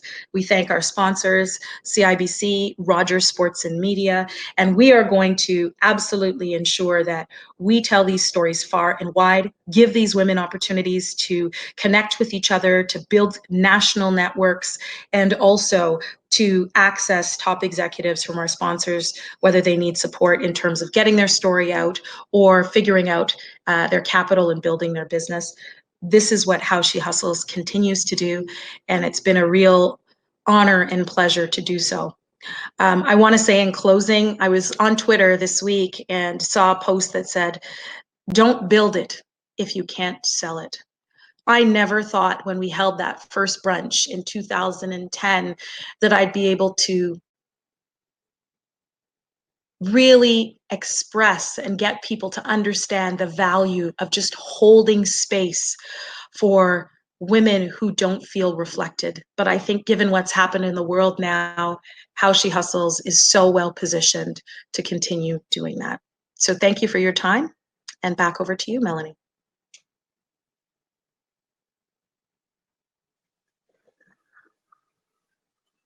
Thank you. Oh my goodness, that's amazing. Thank you so much. I know I keep saying amazing, but it really is amazing. So it's not just amazing for everything, it's amazing, amazing, amazing. And it's electrifying. You know, Emily, like I said, I've seen Emily, we've met at so many different occasions when we had Minister Moncrief, when she talked about the funding for women. There's been like, oh my goodness, I know you. What's your name again? And it's so crazy because we see people, and I can so identify when you said that. And even Clemmie had mentioned that going into a room and not seeing yourself. I can't tell you how many times I've been to different countries, to different events, and I'm like, okay, I'm the only female here, and I'm the only Black female here. So I'm like, what's going on? Like, what's wrong, right? And, you know, through Victoria from Startup Canada, she's a co-founder of Startup Canada, like really empowering me to take on some of these additional roles, and even traveling. So when I traveled to Mexico and to Bogota as a global ambassador for Startup Canada, I was like, only female saying, I'm like, okay, this is like so crazy, but yes, I'm going to do this. I'm going to do this because I can do it, right? So I wanted to ask you, I'm going to ask Pauline first if there's any questions before I ask you a question. Okay. We have one question from Alexander Neff. As a portrait artist who builds my network through interviews and portraits, I would love to know how you use your passions to network as well. Oh, the art of networking. Thank you for the question. You know, it's, I think one of the fundamental things about networking is understanding that it's an exchange. So often we think about, what can I get? You know, can I get new customers? Can I get media coverage? Can I get sponsorship? Instead of starting from, what can I also give? And being prepared to have that exchange from the very beginning. So when I, you know, talk to people, because I do a lot of keynote speaking as well and workshops, I tell people to really identify 2 or 3 things that you can offer. And it's not just about blanket offers. It's about really looking at, what does the other party need that you can offer right now? And part of that comes from research, is doing your digging before you have the conversation, you know, understanding what might be a gap that they need to fill? What might be a challenge or a crisis that they're dealing with? What might be a solution they didn't even know that they needed that might help to advance their business? And so I think it's really looking at a contact or another party critically and thinking about how you can offer help and making sure that that first touch point can really ensure that you're setting that tone, and then you can go deeper and just make sure that you can exchange something again of value. Okay, fantastic. Pauline, I'm just want to see if there's any more questions. I think No more questions. No more questions? Okay. I would also say, don't forget, get on your social media. Social media? Really play up on your social media. I play up on my social media a lot, and I would say it has opened more doors for me than I ever could have imagined. And a big part of that is sharing your work, but there's also a really fine line between promotion and engagement. And really where you want to go is engagement. And engagement means that you want to share, like, comment in very simple terms as much as you can in spaces and places that are relevant to your work. So for me, I want to share, comment, like things that have to do with women or entrepreneurship or women of color. And so I would encourage you to look at starting to follow and engage with different accounts, whether it's LinkedIn, Facebook, Twitter, Instagram, that also allow you to do the same. Thank you. Emily, congratulations. You've done a fantastic job. This is Clemmie. I love it. Oh, thank you. And I'm so excited about the work you've been doing. I've already tagged you and done some virtual networking and connected you to one of my colleagues who runs a women's network for women in sports called She's for Sports in Toronto. I hope you guys connect. All right. Thank you. Keep up the great work. It's beautiful. Thank you very much, Clemmie. Thank you, Melloney and Colin. Excited to hear from the rest of the speakers. Yes, yeah, definitely. I will not ask you a question. I want to make way so Michael, I can bring on Michael, and then hopefully we'll get an opportunity to ask some additional questions, because love to ask you a question, and then also Clemmie as well too, because when she mentioned golf, I'm like, oh my goodness, I used to play golf once upon a time, and then I was like, yeah. When you say you're the only person that you kind of stop, I'm like, okay, there's no one out here, so I'm gonna just kind of move off to the side. I'm not playing anymore.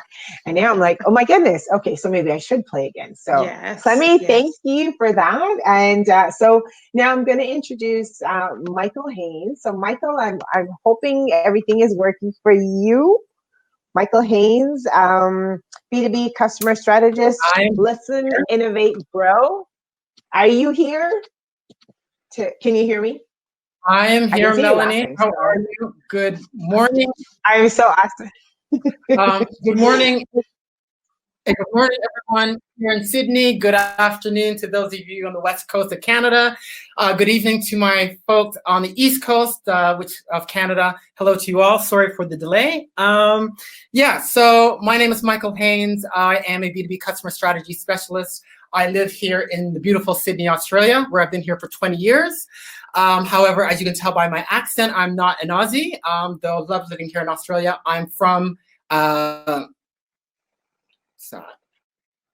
I am from Toronto, born and raised, and I'm going to I'll share with you my story about entrepreneurship. I'm very passionate about entrepreneurship. It is a means of empowerment for Black people. It's a means of empowerment to give you freedom, independence, impact, freedom, and life that you want to live. And I think because I consider myself to be a person living I live in Canada and in Australia. Thanks to, unfortunately, COVID, I am here in Australia, but not a bad part of the world to be. So I want to really share with you all my story from corporate to entrepreneurship. I'm going to go a little bit in order to point out some key highlights of some of the key markers in my life that has led me to where I am today, which despite the world that we're in right now, etc., I can say I'm living the life that I want to live. I'm trying to have impact and more impact. We're going to wind the clocks back. And so I'm from Toronto. I did my undergrad at Carleton University, public admin, finished in 3. So do the math, you can work out my age. Went back to Canada Trust and Security as an income collections officer down on a number of promotions, and then hit first, I guess, milestone number one. Got to a certain point, didn't get any more promotions. I was giving a little bit of lip service as to the roles. And so myself and actually another Black gentleman at the same time said, bugger this, going to move on. I am not one to wallow in things. My motto always has and always will be think, plan, and execute. So I went and did my MBA at Dalhousie in lovely Halifax. And that's another key milestone for me, because I did my MBA in marketing and international business / strategy, which is the area I have always been working in. So the MBA gave me a very strong foundation. We'll fast forward from MBA. Back in Toronto, worked at Kraft Foods Canada. My role at Kraft Foods as a marketing information manager, working on the likes of cheese products, was another key milestone, because that's where I started to develop, I guess, my superpower in terms of being working on research strategy. Because while people like to call me a marketing specialist, I actually work at the intersection of research, strategy, marketing, and innovation. But it was at Kraft Foods doing a lot of that work that I started to start to hone my skills. But in addition to that, 2 people on my team were independent contractors. One lady who worked only 9 months of the year, traveled around the world, and she really planted that seed that I can combine what I love in conjunction with traveling and doing those kinds of things. So that role, very significant. Then we're going to forward a bit, and so I was working at Kraft Foods. Always in 2000 moved to Sydney, Australia. Go far or go home, I say. And so in Australia, worked at a .com for a year, at a marketing personalization agency, boutique in Sydney over in Piermont. For those of you listening in that are living in Sydney right now, you'll significant role at that time, because that one of my mentors, Dr. Sandra Burke, who quite a strong guru of strategy and research and how you bring quantitative analysis and strategy together. Good friend. So that was another key milestone for me. Then we're going to fast a little bit. So I worked at Commonwealth Bank of Australia, worked at Accenture. Accenture gave me exposure to consulting, but also opened to my eyes of the not so nice aspects of big firm consulting. Left Accenture, went to Telstra Wholesale, so one of the leading companies in Canada, where I was head of customer strategy and research for 6. Very significant milestone for me in my career, as that is where I really started to get B2B, business to business, really honing my skills around strategy, research, product development, how to be customer driven, how to be market driven. The executive team at Wholesale gave me a lot of empowerment to lead on some big projects that I'd never done before. A lot of great recognition. Was sent to the Kellogg School of Management to do a course in marketing strategy and research. And started from that role, it did really, okay, so I will continue. So wholesale role, very, very significant in terms of honing my skills in B2B. A bit of an eye-opener, though, as to some of the further aspects of big corporate life that I didn't like. As in the 6 years I was there at Telstra, I had went through 5 managers, senior managers in seniors, 2 of which were pushed out and not such of the greatest service. Fast track to 2010, it was a point in time when one of the directors said, Michael, would you like to be in the top talent program? I thought, nothing of anything worse. I think it's time for me to do my own thing. So 2010, it was a big milestone for me, big 40th birthday there. To South America for 4 months. Traveled around and came back 11, and it was not the greatest of economic times. So I thought, you know what, I'm going to go out on my own, back myself, and set up my own independent consulting business. So this is where I had entrepreneur number 1, where I set up my first consulting business, and I called it To Excel because I'm a firm believer there are 2 fundamental things you need to do to succeed in business: understand and respond to customer needs. So my journey as an independent consultant was one that was a little bit volatile because, as many independent solopreneurs are, we often focus too much on working in the business and not enough on the business. So while I did get some very good big project in which I delivered and delivered well on. Didn't spend enough time doing all that marketing, setting up those systems. I also had adopted an attitude that I thought, well, working by myself meant I had to do everything. And so those things I could do, I did. Those I couldn't, kind of just put them aside.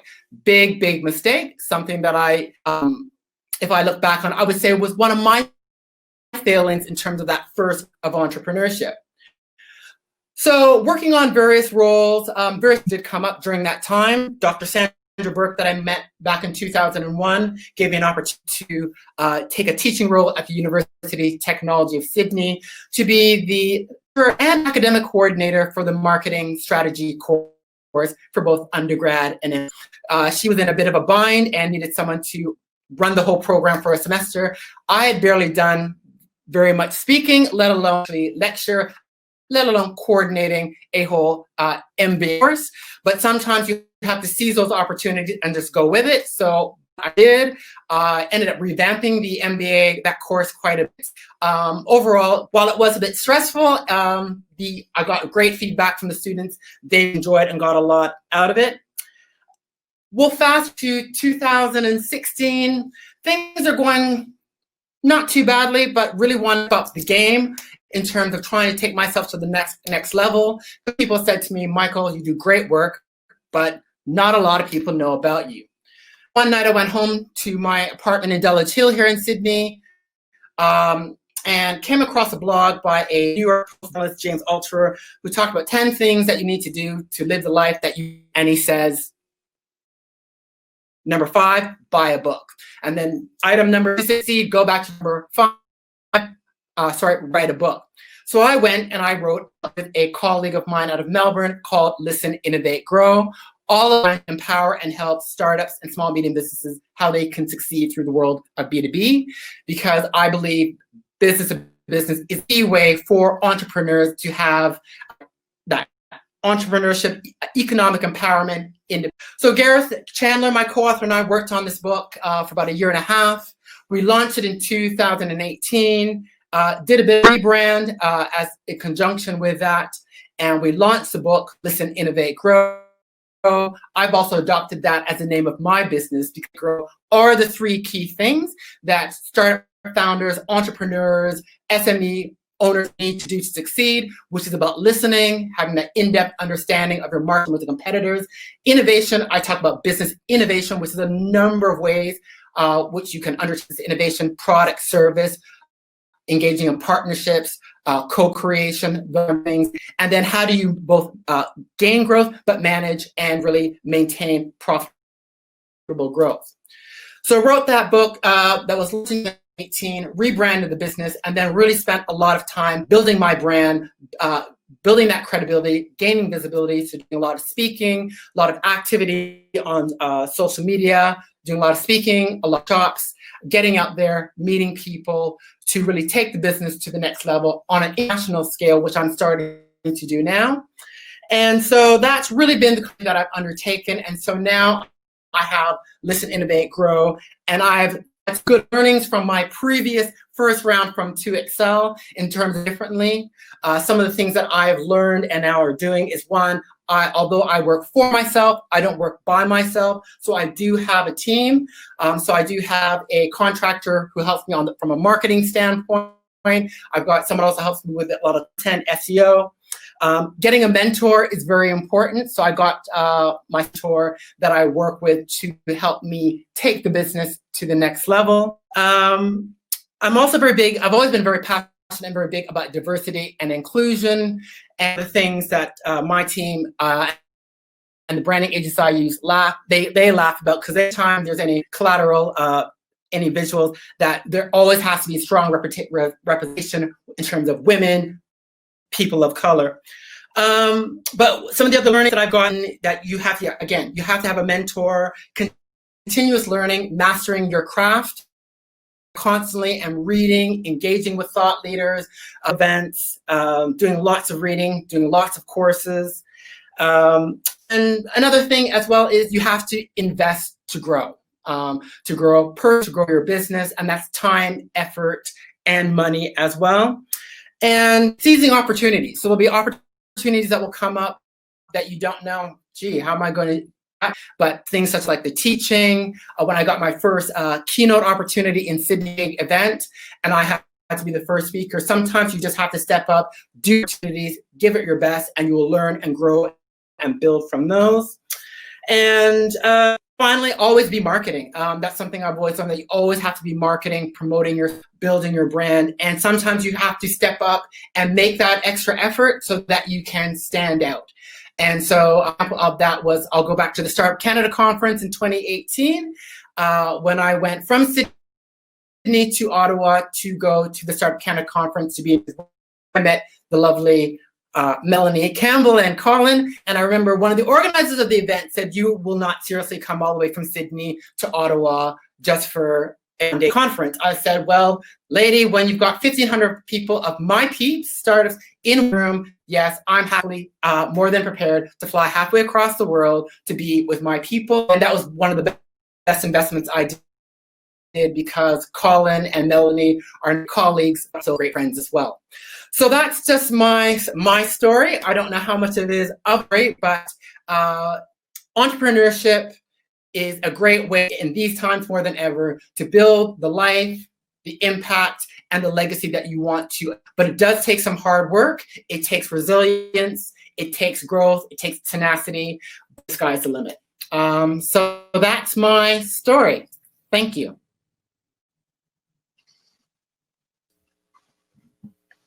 That's awesome. That's so awesome. I remember the first time we met you, it was like, oh my goodness. And it was like a big chattering. It was like, you know, you have a huge flock of birds. It was just crazy. Take so, yeah. one, no one, Melloney. Yeah. That's true. It's true. Yes, that is true. I mean, oh my goodness, Colin, like I will turn it over to Pauline, ask if there's any questions, because I talk to you, Michael, all the time, so I won't ask you any questions, but let's see if anyone in the audience has questions for you. Yeah, there's one, Pauline, you can ask it. There's one for Michael, and there's also one afterwards for Emily that we can follow up on in a minute. So, yeah, if you can, Pauline, if you can ask that question that Michael Anderson's asked for Michael. Yep, from Michael Anderson. What is the most important piece of advice that you would give to somebody who wants to take the entrepreneur plunge? What would you tell them not to do? Do's and don'ts. What not to do? Do's and don'ts. I will tell you must get a team. You can't by yourself. That was my biggest screw up. You have to have a team. And I'm not saying full-time staff. I don't have full-time staff, but I have 2 contractors, 2 freelancers that I need on the elements that I'm not necessarily good at. And so that has been quite the game. You must be prepared to invest in growth. If you're going to have a business, you must be prepared to spend money. So you must have and you must, I would say, have a team and also have a mentor too. It's a lot more it's easy to start a business in this, but it's also a lot harder to get that cut through, to get that visibility. You need the specialist. You need to have the person who's the guru at SEO, sure you're seen and visible. You need to have someone who's a guru at copyright and landing pages so that you can stand out. Yeah, so I would say invest to grow, build a team, and do your homework. You have to do your homework, know your market, know your customers, know your market. You need to spend that time. But yeah, build a team around you, know where you can fill those gaps with people that can assist you. That's vital. That's where I went wrong. Yeah, that's a great response, Michael. And I've had the pleasure of knowing you for a couple of years, as Melloney has, as we did meet in Ottawa back in 2018 there. And you walk that walk of giving back. Michael Moll talked about this too, and Emily talked about it too, as far as it's an exchange, and not just what do you need and what do you want. And you are so authentic in what you give back in the most earnest way too. And your energy level is infectious. You make me seem like I'm asleep half the time when I'm around you. Your energy level is so high. It's amazing. But I see that common thread through all of our entrepreneurs tonight, as far as kind of tenacity and resilience and empathy And you all have that, because Michael, I know with your journey, you haven't pivoted. You don't go after the kind of the shiny thing over there and forget about the other thing. It's always this progression of what you've learned and what you then embrace and what perhaps you shed and what you constantly learn. What is it? Malcolm Gladwell said, is got to put in those 10,000 hours to become an expert that you talked about. And you probably put in a few more than those in what you've done to progress what you've done. So it's a pleasure to hear your story, and and I consider you a mentor, and to learn from all the things that you've done. And I thank you for being here with us today. So Melloney, do you have a question before we turn it over to the question for Emily? No, actually, I'm going to leave the question for Emily, and then leave it open for Emily's question, and that way you're able to engage Marius if able. Yeah. That's great. Michael, so thank you again for joining us today. Really appreciate it. Great. Thank you again. Thank you. Thank you both. Absolutely. Yeah.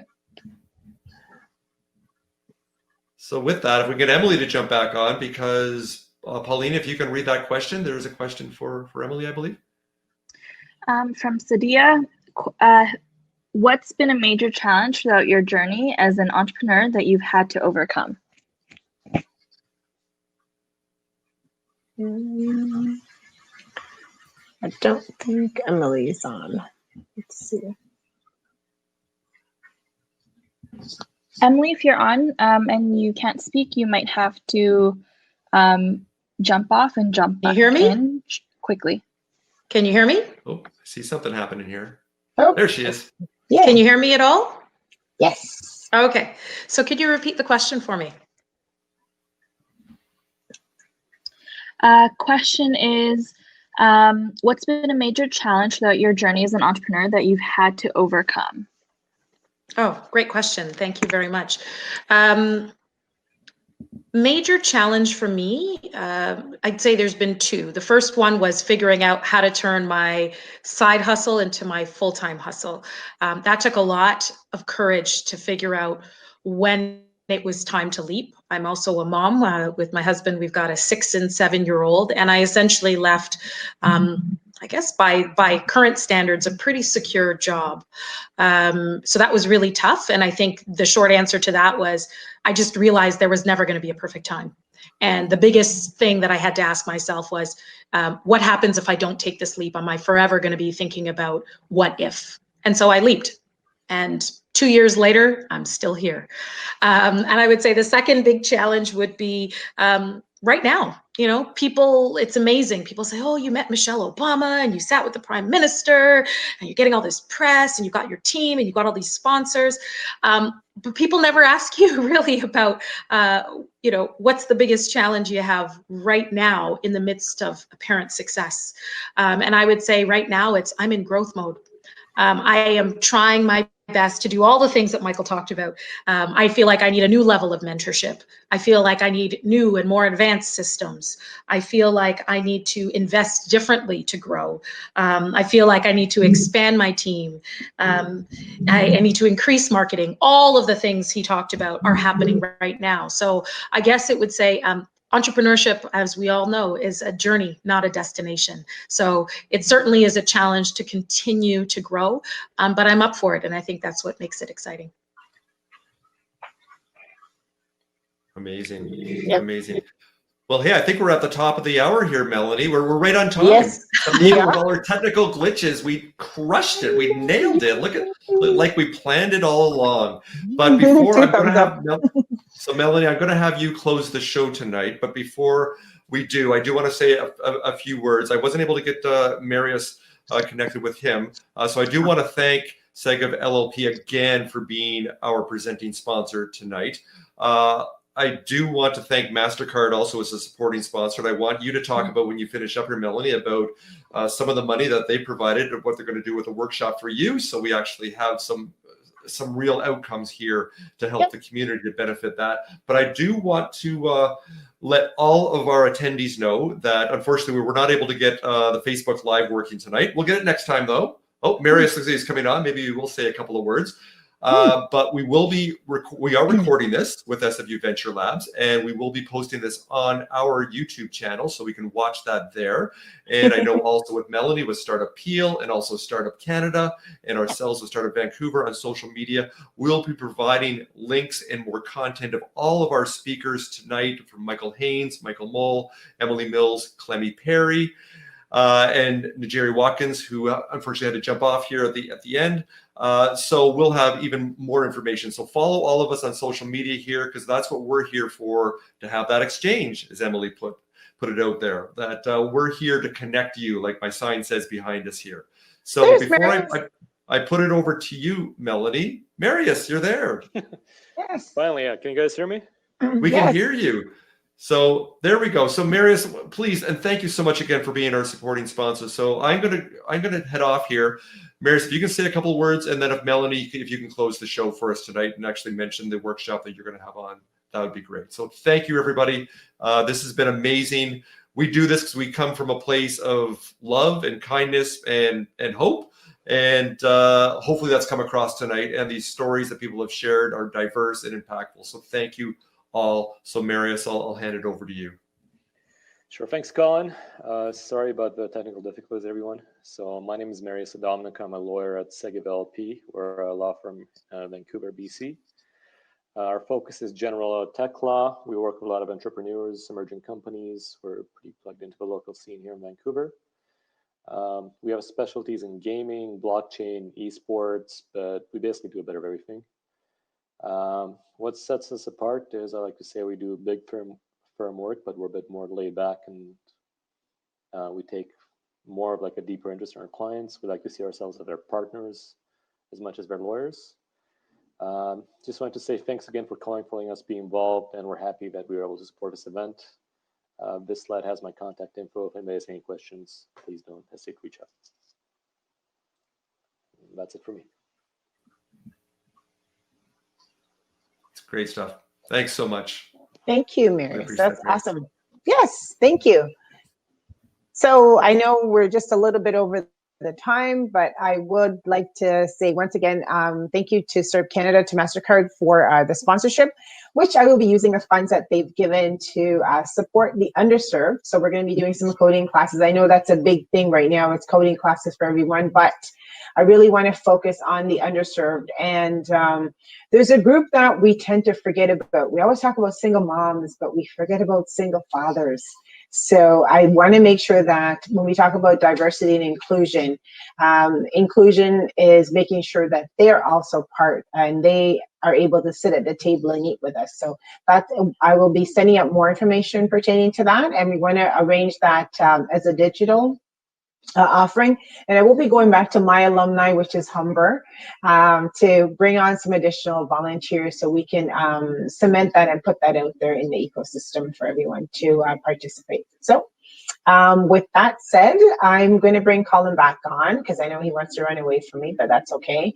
So we can actually close it off together. Colin. and he left again, so. I'm coming. There we go. Oh, there you are. Yay. Well, the last thing I'd like to do, I know that Njeri had to leave here, but if all of our other speakers, if everybody can turn their cameras on, just so we can do a quick smile and a quick wave, we'll get a great screenshot afterwards that we can actually use on social. So if everybody can just quickly turn on their cameras, that would be amazing. Oh, we're up to 4. Clemmie, hopefully you can turn yours back on. There we go. All right. Oh, Njeri looks like she's going to pop back in. Maybe we'll get her for 1 minute. So again, thank you all for sharing your stories tonight. This is Melloney are already talking about doing more events together to collaborate, because that is just like Michael had talked about. Emily, you touched on this also. It is about the power of partnerships. It's a bit of a cliche now, but it really is true that if you want to go fast, you go alone. But if you want to go far, you got to go together. And that is so true. And you have all built your businesses and your careers and your relationships and your communities by embracing that. And that's something I've taken the lead with Melloney, the good work that she's done as the Canadian Entrepreneur Leader of the Year award that she's won in the past. So Melloney leads the way, and I just try to keep up. I just try to keep up here. So we do our best. So so with that, I'd like to say thank you, everybody who's attended tonight. And oh, we got Clemmie coming on very quickly here. Awesome. This is the wave. There we go. You did. Yay. Just before we go. Amazing. So with that, thank you, everybody. Thank you, Pauline and her team at SFU VentureLabs for hosting this and weathering through our technical glitches. And we appreciate that. So everybody have a great evening. And we look forward to seeing you all again very soon. Okay. All right. Thank you so much. All right. Okay. Bye-bye Good now. night. Bye-bye. Bye.